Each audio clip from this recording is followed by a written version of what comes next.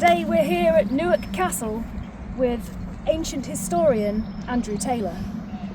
664 AD, as the Romans cut the Fosse Way up through Britain. That was the first recorded settlement here at Newark, centuries before the castle was built. But who are the people behind the decisions made here?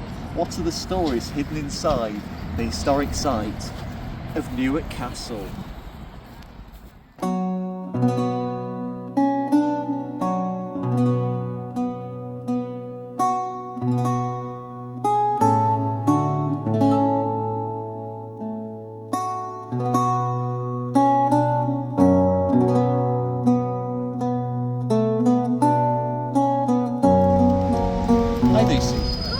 I see we have Newark town centre in bronze here.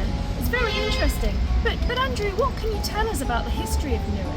Well, in the 11th century, of course, Lucy, it was known as Newark, or Newark. It had a CHE on there, on the ARK that it has nowadays. And that's how it was prescribed in the Domesday Book, aka the Domesday Book.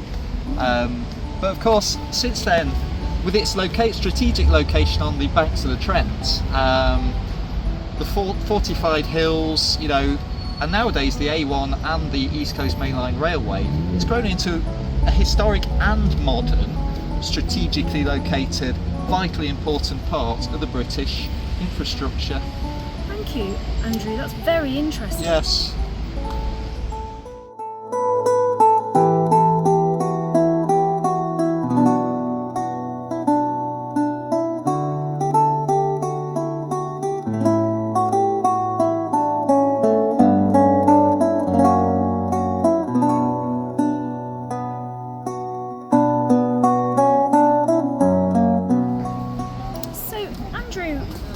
Was Newark Castle indeed a castle?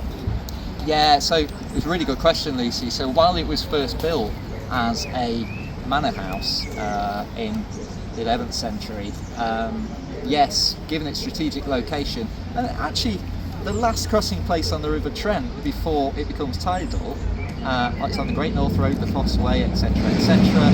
Yes, it was. In the Civil War, in fact, the parliamentarians were able to camp out here for quite a long time to repel the forces of evil.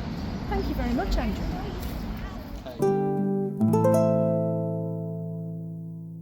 So behind us, Andrew, we find quite an imposing tree. What's the significance of this tree?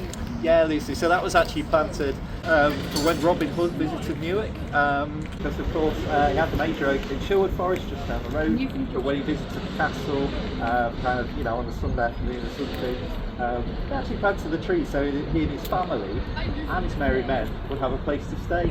Beneath the boughs near Newark's keep, the merry men would laugh and sleep, a guesting tree their secret bed, while arrows dreamed above their heads.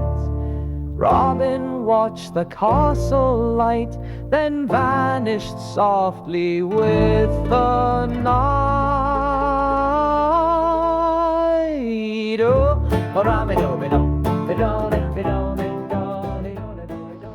So Andrew, I see that there's some construction work going on, but what we can see here, clearly this isn't the first time that there's been some renovations to the castle. So what can you tell us about that? No, that's right, Lucy. I think since the tower of the castle was first blown apart by gunpowder in 1646, the battles that it faced as part of the Civil War, I think it's been a living castle, a working castle. It's suffered from the erosion of time and the battles that are fought on the banks of the Trent in this strategic part of the UK. And I think the work they're doing today to keep that history alive, it really highlights the importance of continuing to fund the preservation of Britain. It really does. By the Trent where cold winds sigh, stone remembers days gone by. Kings once knelt and cast